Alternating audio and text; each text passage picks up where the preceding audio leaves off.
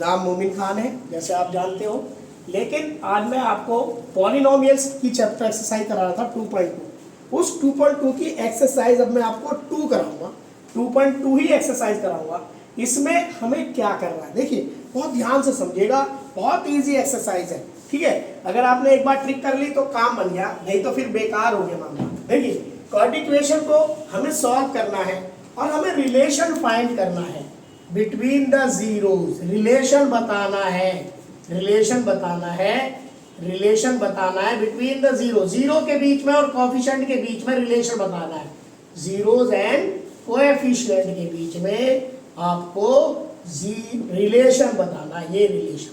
अब रिलेशन क्या होता है, ये बड़े ध्यान से समझिएगा इसको कि भैया आपको रिलेशन बताना है बिटवीन जीरोस एंड कोएफिशिएंट। देखिए अब यह हमारे पास है, आपने एक मिडल टर्म फैक्टराइजेशन करा होगा, मिडल टर्म फैक्टराइजेशन, इसको बहुत ध्यान से समझना है आपको। मिडल टर्म फैक्टराइजेशन बहुत ध्यान से समझना है, फैक्टराइजेशन बड़े प्यार से समझना है कि किस तरह से होता है मिडल टर्म फैक्टराइजेशन, ठीक है। आप देखिए ये जो एक्स स्क्वायर है, ये इसका जो कोएफिशिएंट होता है एक्स स्क्वायर के साथ हमेशा ए होगा, एक्स के साथ हमेशा, इसके साथ हमेशा बी होगा, इसके साथ हमेशा ए होगा, और जो सी होगा वो बिल्कुल खाली होगा। तो हमारे पास ये एक्स स्क्वायर है, इस एक्स स्क्वायर का जो कोएफिशिएंट मैंने आपको बताया था कि अगर आप इस तरह से क्वाड्रेटिक इक्वेशन है A x square plus B x plus C equal to 0, तो देखो एक्स स्क्वायर के साथ हमेशा ए होता है, एक्स के साथ हमेशा बी होता है, और सी खाली होता है, उसके साथ कोई भी वेरिएबल नहीं होता है, सिर्फ कोएफिशिएंट टर्म होता है, सिर्फ जीरो पॉलिनोमियल होता है। अब देखिए अब formula middle term factorisation formula क्या है, जैसे मैंने आपको बताया कि X square minus 2x minus 8 equal to 0, हमारे पास ये क्वाड्रेटिक इक्वेशन है। अब इस क्वाड्रेटिक इक्वेशन के हमें जीरो फाइंड करने हैं, तो हम जीरो कैसे फाइंड करेंगे, मिडल टर्म फैक्टराइजेशन। देखिए क्या होता है, a इंटू सी बराबर b, a और c को मल्टीप्लाई करें और वो b के बराबर आए, लेकिन कैसे बराबर आएगा, प्लस और माइनस करके।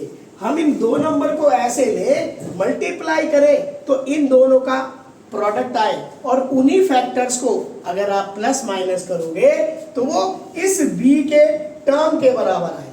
तो देखिए हमारे यहाँ पर a क्या है, एक्स स्क्वायर का कोएफिशिएंट कुछ नहीं है, लेकिन ऐसा मैथ में नहीं होता है, क्योंकि अगर कुछ नहीं होगा तो जीरो होगा।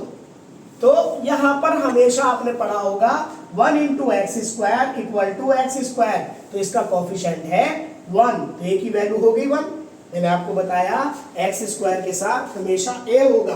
बी की वैल्यू देखिएगा यहाँ पर 2 है, लेकिन 2 के आगे एक आपका साइन लगा हुआ है, और वो साइन है माइनस का, तो बी की वैल्यू है -2।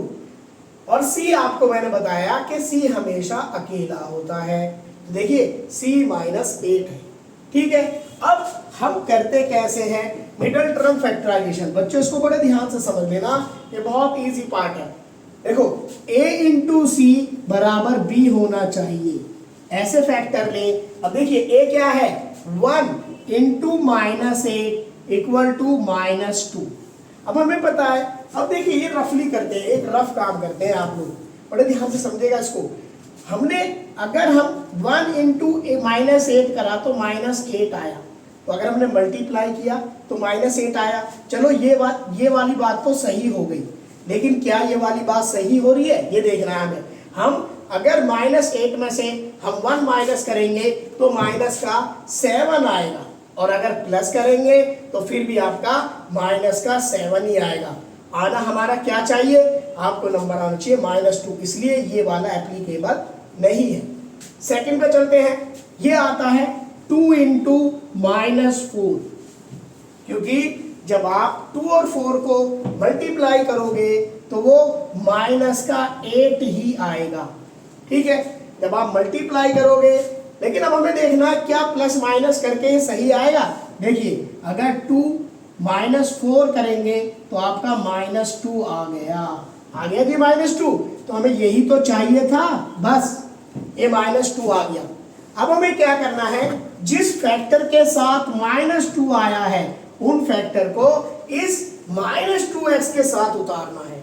तो किस तरह से, देखिए 2x² माइनस, मैंने ले लिया है पर ये माइनस है, माइनस मैंने ले लिया है पर 4x और plus 2x minus 8 equal to 0। एक और बात मैं आपको बताता हूं कि यहाँ -2 है तो हमने -4 का लेना, क्यों? क्योंकि हमेशा जब आप 2 - 4 करोगे -2 आएगा, अगर -2 + 4 करोगे तो आंसर प्लस का 2 आएगा। इसलिए ये वाली जो है वो गलत है कोटेशन, ये वाली हमारी सही है। और यही फैक्टर हमें यहाँ भी लेने हैं, लेकिन यहाँ पर आपको कोएफिशिएंट के साथ लेने हैं, यहाँ पर कोएफिशिएंट वेरिएबल के साथ लेने, ये बहुत ध्यान रखना है। अब देखिए कॉमन देखेंगे पहले इन दोनों में, बहुत ध्यान से समझिएगा, मैं बहुत इजी करके बताऊंगा।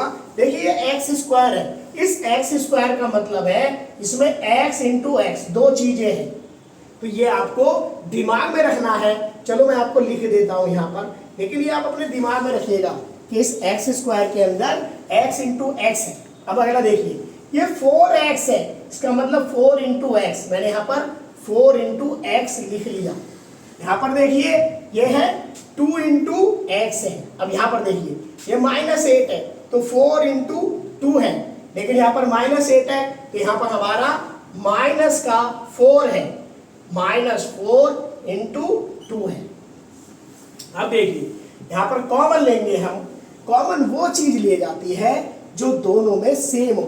अब देखिए यहाँ पर x है, एक x यहाँ, एक x, आपने x कॉमन ले लिया। जब आपने एक x इसमें से बाहर ले लिया तो यहाँ पर केवल एक x ही बचा, साइन माइनस का बाहर आ गया।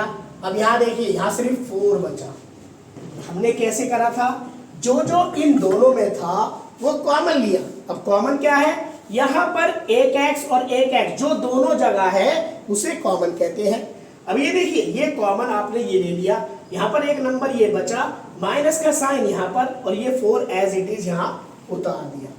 अगले में देखिए यहाँ पर अब हमें क्या करना है, यहाँ माइनस है प्लस है तो आप प्लस का 2 कॉमन लेंगे, 2 आप प्लस का कॉमन ले लिया, यहाँ पर बचा x - 4 इक्वल टू 0। अब देखिए जो कॉमन होता है उन दोनों का एक फैक्टर लिख लेते हैं, और जो कॉमन नहीं होता है उनको आपस में लिख देते हैं इक्वल टू 0। आगे क्या करना है आपको कि x - 4 इक्वल टू 0, क्योंकि ये वाली वैल्यू भी 0 के बराबर है और ये वैल्यू भी 0 के बराबर है, तो हमने ये भी लिख लिया x + 2 इक्वल टू 0। तो यहाँ पर आ गया x इक्वल टू, देखो ये -4 है, अगर राइट साइड में जाएगा तो प्लस का 4 आ जाएगा। राइट साइड में अगर आप डायरेक्शन चेंज करते हो तो सिर्फ साइन ही इंटरचेंज होते हैं, बाकी और कुछ नहीं होता है। तो यहाँ पर आ गया x इक्वल टू -2। अब देखिए ये हमारा हो गया, ये वाली वैल्यू होगी आपकी, और ये 2 0 आगे, एक अल्फा आ गया आपका 4 और एक बीटा हो गया आपका -2।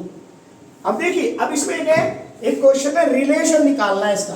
बच्चों यहाँ ध्यान दीजिएगा, ये आपको समझ में आ गया होगा, थोड़ा सा प्रैक्टिस करिएगा आ जाएगा। अब रिलेशन निकालना है। रिलेशन क्या है कि जो सम ऑफ रूट है, सम ऑफ जो 0 है वो -b/a है, -b/a है, और ये सम ऑफ 0 क्या है, alpha plus beta equal to minus b की वैल्यू देखिए, b क्या है यहाँ पर, b है आपका 1, b है आपका -2, -2 में a कितना है, a है आपका 1, देखिए ये a है, ये आ गया आपका 1। अब अल्फा प्लस बीटा, ये अल्फा क्या है आपका, ये 4 है, ये आ गया 4 प्लस -2 इक्वल टू +2 हो गया, अपॉन में 1, ये आ गया 4 plus -2 equal to 2, 2 equal to 2। तो LHS इक्वल टू RHS, ये आपका हो गया। तो ये रिलेशन हमारा बिल्कुल सही है। अब दूसरा रिलेशन है, वो क्या है, product of 0 product of zero आपको बताना है, वो होता है C अपॉन में A। प्रोडक्ट ऑफ जीरो है C अपॉन में A, alpha into beta equal to C upon में A। अल्फा इंटू बीटा क्या है आपका 4 इंटू -2 इक्वल टू C। -8 है तो यहां लिख दिया हमने -8 अपॉन में 1, 4 2 जा 8, तो -8 equal to -8 LHS equal to RHS। देखिए ये ही रिलेशन है जीरो का और कोएफिशिएंट का। तो आपका ये जो रिलेशन बिटवीन जीरोस है ये बिल्कुल सही आ गया। अगर आपकी LHS साइड RHS के बराबर नहीं होती तो आपका रिलेशन गलत होता। तो देयरफॉर हमारे जो आंसर है ये alpha equal to 4 beta equal to -2 are correct answer. अगली की वीडियो में दूसरे पार्ट में करेंगे।